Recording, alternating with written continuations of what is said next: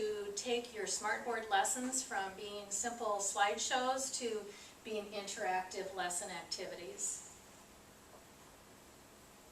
The objectives of today's lesson: I'm going to demonstrate several hide and reveal activities. I'm going to recreate an erase and reveal activity for you, and then we'll discuss why a hide and reveal activity might be useful in a lesson.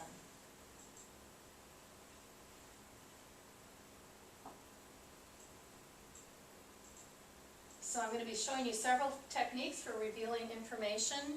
We'll look at a move and reveal, an order and reveal, and an erase and reveal activity. So the question is, where is Tutankhamun's tomb? The answers are all hidden on this page. The first is the move and reveal. So when you're ready in your lesson, you can have a student come up and move the red box after they've tried to answer the question themselves. See if they got the right answer. So that's just moving one object in front of some text that's on the screen.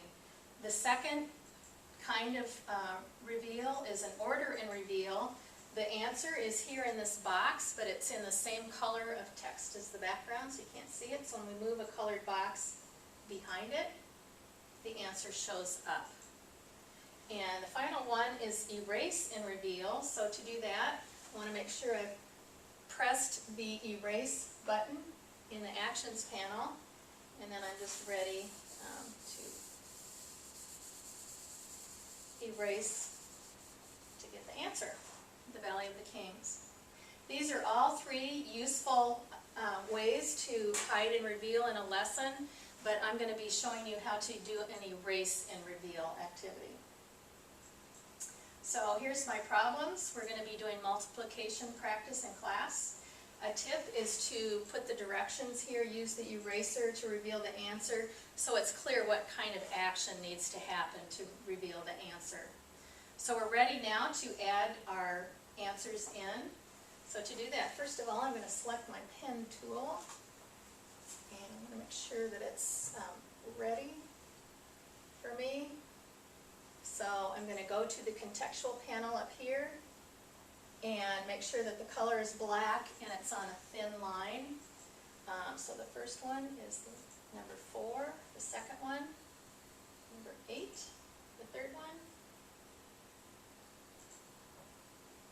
the number 12.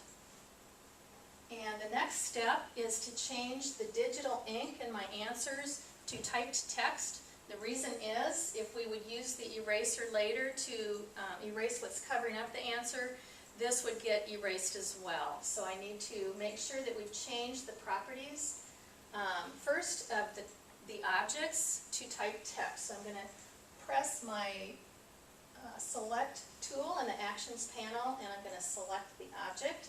I can tell it's selected when there's a marquee box surrounding it.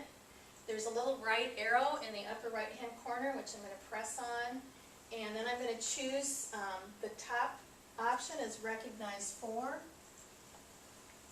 and it's changed my digital ink to typed text. I'm going to do that with this object as well. I'm going to press the object drop down menu and choose recognize 8. I'll do that with number 12. Okay, and it is recognizing. Sometimes you'll find that it only recognizes part of the number, or it recognizes 2 separate numbers. If that's the case, I'm just going to show you real quick. You want to make a marquee select box, and then it selected both of these.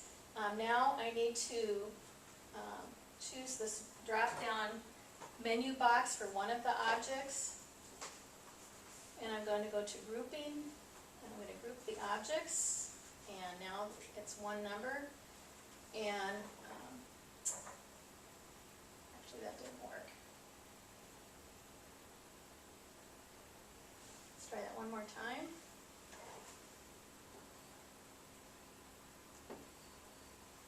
I'm going to make sure I've got my marquee select. And I don't need to group it. If I did, just choose grouping and group. I'm not going to ungroup because I don't need to do that. So I'm going to choose it and make sure that it's changed to typed text. So all three of my answers are ready now to cover up. So the next thing I need to do is change the properties on the pen tool. So I'm going to press the pen tool button in the actions panel. And I'm going to go to the color palette and change the line color to match my background, which is white.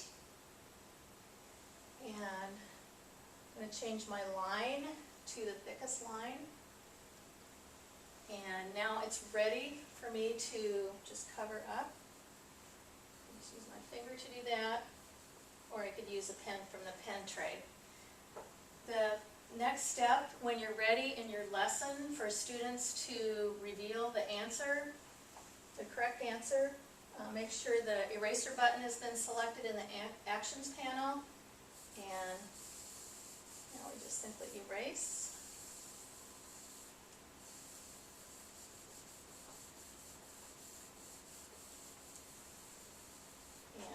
Answers revealed.